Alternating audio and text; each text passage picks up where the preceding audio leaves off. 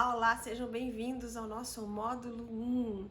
Até agora a gente estava no nosso 00, né? Que era sobre briefing, sobre entender seu estilo, o programa de necessidades, fazendo todo aquele checklist. E agora a gente vai para o nosso 1, na verdade, que é o nosso módulo que a gente vai falar sobre a decoração de grandes e pequenos espaços. Isso vai servir para todos os espaços.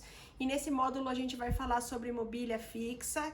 A gente vai falar sobre móveis soltos, sobre layout, sobre seleção de cores, né? E vários outros assuntos importantes que agora você já entendendo melhor qual é a sua realidade, quais são as necessidades, você vai começar a ver que esses assuntos vão se tornando mais fáceis, você vai se lembrar do teu checklist, você vai relacionando isso ou não para mim, né? E conforme eu for explanando, você vai se identificando, certo? E a gente quer começar fazendo uma introdução aqui sobre a importância de você se conhecer e a importância da mobília fixa, que é o nosso primeiro assunto, ok? Ela é muito importante porque é nela que a gente vai ter, além de questões funcionais do seu dia a dia, a gente vai ter ligações hidráulicas e elétricas por trás dela. Então é importante, gente, que se você não tiver um profissional, que a empresa que você escolha para poder fazer isso tenha alguém habilitado, ou esteja teu eletricista, teu encanador, pessoas que tenham experiência em fazer essas montagens, porque ela envolve uma engenharia junto, né? Não é somente igual o sofá. Sofá você compra, você coloca ele lá no meio da tua sala e acabou. Ele não precisa de nenhuma instalação a mais, ele não precisa envolver nenhum conhecimento específico, mas a mobília fixa sim. Né? Vamos dar um exemplo. Atrás do teu cooktop, você provavelmente, se ele for a gás, você tem o teu encanamento ali de gás, né? E se é gás, você precisa ter um respiro para isso tudo acontecer. O móvel precisa ter um respiro ali atrás, quando ele for feito, a engenharia dele precisa ser feita com esse respiro. Isso está acontecendo por trás da gaveta, por exemplo. Né? A mesma coisa acontece ali na tua área de serviço, na tua lavanderia. Lembra quando eu falei da máquina ser a gás? Né? Se ela vai ter um tampo em cima, ela também precisa ter esse respiro, né? O refrigerador, para ele não queimar, ele também tem que ter um respiro lá atrás, né? Então, normalmente, o armário de cima do refrigerador, ele tem um recuo.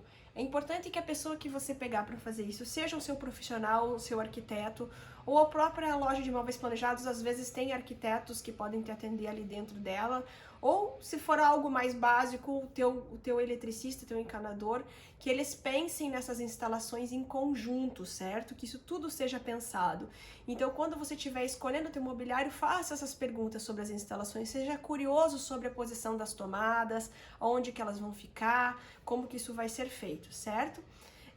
Eu vou começar falando sobre essa mobília fixa e sobre os cuidados na escolha desse mobiliário, certo?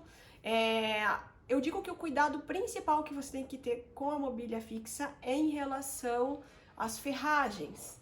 Eu digo isso por quê? Porque é onde você movimenta as portas, onde elas abrem, onde elas fecham, você vai fazer esses movimentos todos os dias. Você vai estar abrindo essas portas, algumas mais, outras menos, mas você vai estar fazendo isso todos os dias, né? Isso vai estar acontecendo todos os dias. Então é importante que as ferragens sejam de boa qualidade, né? Eu vou dar um exemplo aqui, quero que vocês venham comigo, né? Esse aqui é um móvel aéreo, tá? Ele é um móvel aéreo, onde eu tenho que ter, onde ele tem uma largura bem substancial, por sinal. Aqui eu tenho uma caixaria que é feita toda na laca, e aqui eu tenho um vidro com um refletente bronze no meio, certo? Eu vou dar um exemplo aqui do jeito que esse pistão abre, ok? Eu tenho um pistão muito bom aqui, que é de uma marca chamada Bloom, que é uma marca que ela te dá uma garantia vitalícia sobre a questão das ferragens, e ele se chama Aventus, ok? Dá uma voltinha aqui pra gente poder ver ele. Olha lá, gente. Esse aqui é o Aventus da Bloom, ok? Então, ele é um sistema de abertura bem reforçado. Isso aqui, ele aguenta muito peso e isso aqui tem uma garantia vitalícia, ok? Bloom, certo? Não tô falando que essa é a única marca que é boa e que é a única marca que se pode usar, enfim, mas ela tem uma condição muito, eu digo que no mercado ela é a melhor, certo? Mas nós temos Raffaele, nós temos outras marcas. Normalmente a Bloom, dependendo de quem for o teu fornecedor, os pequenos não conseguem comprar porque tem que ter uma quantidade grande. Isso aqui não é um sistema muito barato, mas eu acho que vale a pena investir nas ferragens. A gente vai estar fazendo esses movimentos principalmente em áreas de cozinha, né? Aqui eu tô falando de uma área do living, né? Que eu tenho um home, né? Planejado, mas isso pode estar acontecendo também em áreas de cozinha, né? E ali eu sei que todo dia a gente vai cozinhar nesse espaço, né? Então a gente tem que ter qualidade nas ferragens, isso é muito importante. Outra coisa importante que a gente tem que ter é com as corrediças, né? Aqui eu tenho um gavetão bem grande, né? E aqui eu tenho uma corrediça de extração total. O que é distração total? Eu consigo extrair a gaveta basicamente toda para fora. E lá dentro eu tenho a minha corrediça oculta, ela tá invisível lá para dentro. Ok? Ela tá invisível e ela suporta muito peso. Então isso aqui não é uma gaveta que vai ficar me dando problema, que vai ficar daqui a um tempo travando, ou se eu colocar mais peso nela, ela não vai abrir. Então, para mim, a questão primordial que você tem que olhar quando estiver escolhendo teus móveis planejados é a questão das ferragens. Pergunte sobre elas, se interesse para saber como elas abrem, quantos quilos elas suportam, certo? Tem várias marcas no mercado, eu dei exemplo da Bloom, mas tem a Raffaele, tem outras marcas por aí que eu sei que são ótimas. Se você mora em cidades que são mais abrasivas, que tem o clima mais ativo, normalmente as cidades litorâneas, que é o caso aqui de Balneário Camboriú, onde eu estou hoje, né? Você precisa que essas ferragens tenham uma condição excelente contra a maresia, né? Essas que estão aqui, elas nunca vão oxidar, ok? Isso é muito importante se pensar também, né? No caso de Curitiba, que é outra cidade que eu atuo, aí essa preocupação já não é uma preocupação tão grande, né? Porque lá o clima não é tão abrasivo igual aqui, ok? E agora a gente vai falar um pouquinho também sobre a questão de cores e padrões, né? E tipos de material, né? Então, assim, basicamente hoje no mobiliário fixo eu tenho o MDF, o MDP, nós temos as lacas e nós temos os vidros. É muito importante que você saiba diferenciar cada tipo de material, porque eles influenciam na questão de resistência, na questão estética e também de custo, ok? Falando de questão de custo, né? O MDF e o MDP, que são as melaminas, os laminados, basicamente o que muda deles é o núcleo, né? Que o MDP ele é um pouco mais poroso, mas não quer dizer que ele não seja resistente. E o MDF ele é um pouco mais sólido, né? E em cima ele tem aquela chapa melamínica que faz a cor dele. Esse material é um material mais acessível, é mais em conta. Quando eu faço os meus apartamentos para investidores que buscam preço, eu tenho que reduzir a quantidade de laca e reduzir a quantidade de vidros, que é o que custa mais caro para a mobília fixa ficar num valor mais acessível e encaixar lá dentro do custo do meu investidor, enfim. Isso não quer dizer que fique feio, o que vai muito importar é realmente o design do projetista que está fazendo isso, né? A forma como ele faz esse balanço dos elementos, como ele compõe os ambientes, é que vai dar o norte, ok?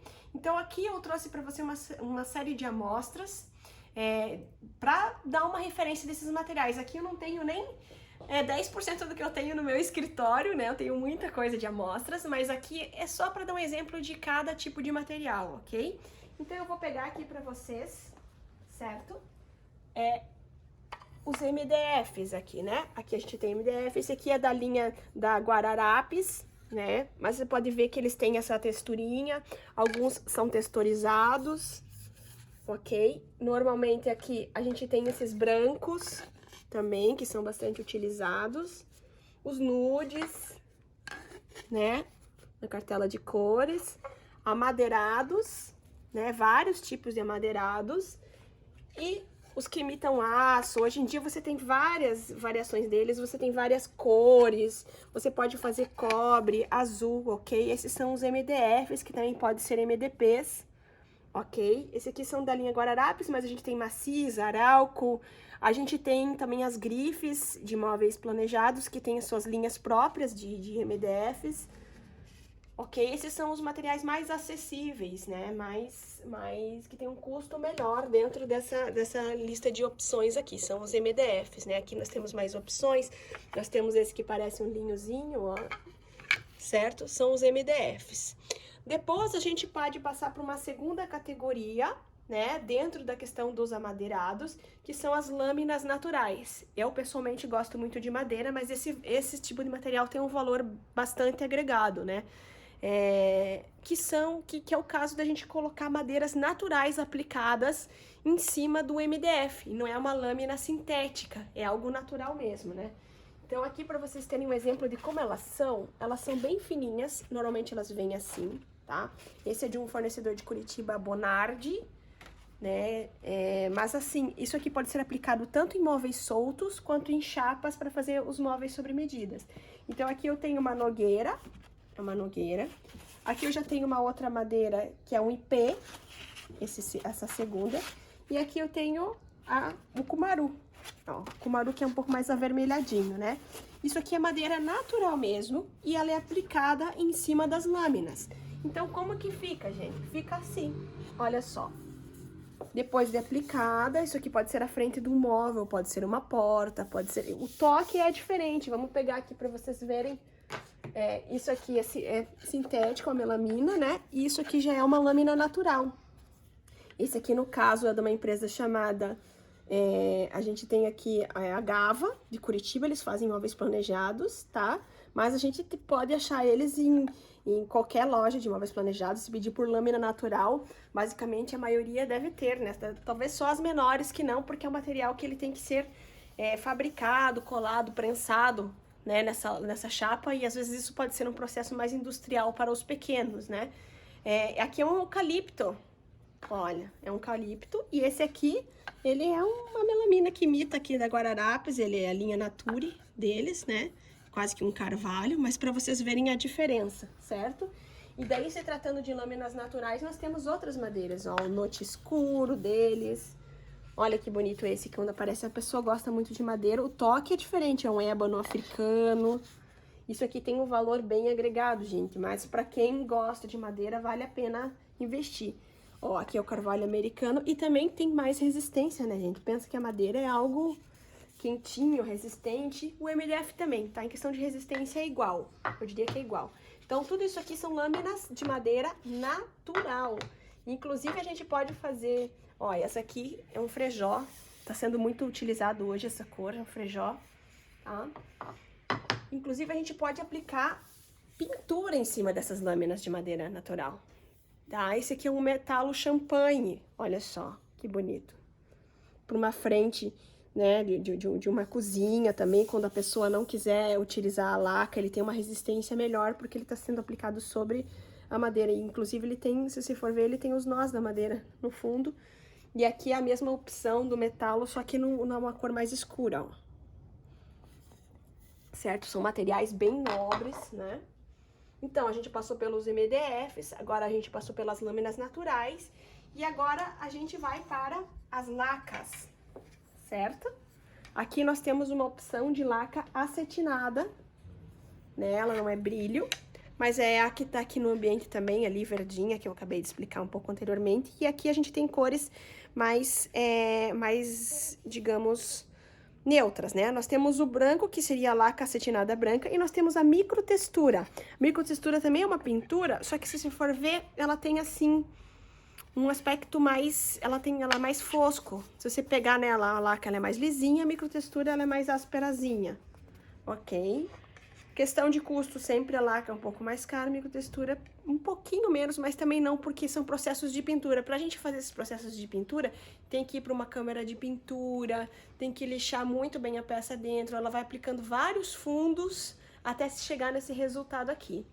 Esse é um material que ele é bem caro, ele tem um valor bem agregado e ele risca muito fácil, então eu não aconselho usar em tampos, a não ser que você seja uma casa que, de repente, é um tampo que você não usa muito, de um aparador, alguma coisa assim, que não fique riscando. Principalmente a laca brilho, que é aquela que tem um brilho, não se usa em tampos, em superfícies que você sabe que você vai estar todo dia ali trabalhando e principalmente em tampos, né?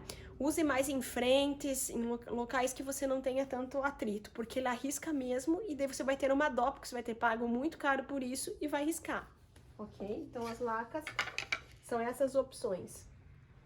Aí a gente vai partir também para a questão dos MDFs, e hoje você tem os MDFs Crystalon, né, que são os que imitam essa laca, ok? Esses aqui são da Duratex, ó, que é uma marca que eu gosto bastante também. Então, esses MDFs são MDFs e eles tentam imitar a laca lá, tá? Tanto a acetinada quanto a brilho. Esse aqui há uns poréns, né? Tem clientes que não ligam, tem outros que ligam, mas normalmente quando você faz uma emenda entre um painel e o outro fica um pouquinho mais visível. Diferente da pintura, né? A pintura fica perfeita, certo? Mas hoje você tem a possibilidade de usar um MDF que imita essa laca, até por questão de custo, né? E esse aqui é um catálogo onde a gente tem as outras qualidades de MDF. Ó, esse aqui, o branco diamante aqui, ele já imita a laca acetinada, ó. Vamos colocar um do lado do outro aqui pra vocês verem a diferença. Além da cor, o toque tem bastante diferença, tá? E, assim, se você olhar o topo do material, até que não é tão gritante isso, mas depois, na composição do móvel como um todo, as emendas ficam aparecendo mais. Essa é uma outra cor que a gente usa bastante, a gianduia, os pretos. Algumas marcas têm umas cores bem parecidas com as outras. E aqui é para você ver como o material vem antes de ser aplicado a lâmina em cima dele, né? Esse aqui é resistente ao fogo, inclusive. Então, hoje, tratando-se de MDFs e MDPs, a gente tem uma gama gigante de fornecedores e de marcas, né? A laca também, ela respeita sempre um leque de cores. O mais utilizado é o da Sire Lac, Sire System, que a gente chama, né? Então, quando você for na loja, se você não se encantar por nenhuma cor que eles tenham feito padrão, porque normalmente as lojas fazem as cores padrões, porque fica mais fácil eles já terem a cor da tinta em estoque, ok? Mas você pode fazer uma cor especial, que envolve todas essas cores. Todas essas cores você pode fazer em laca, ok?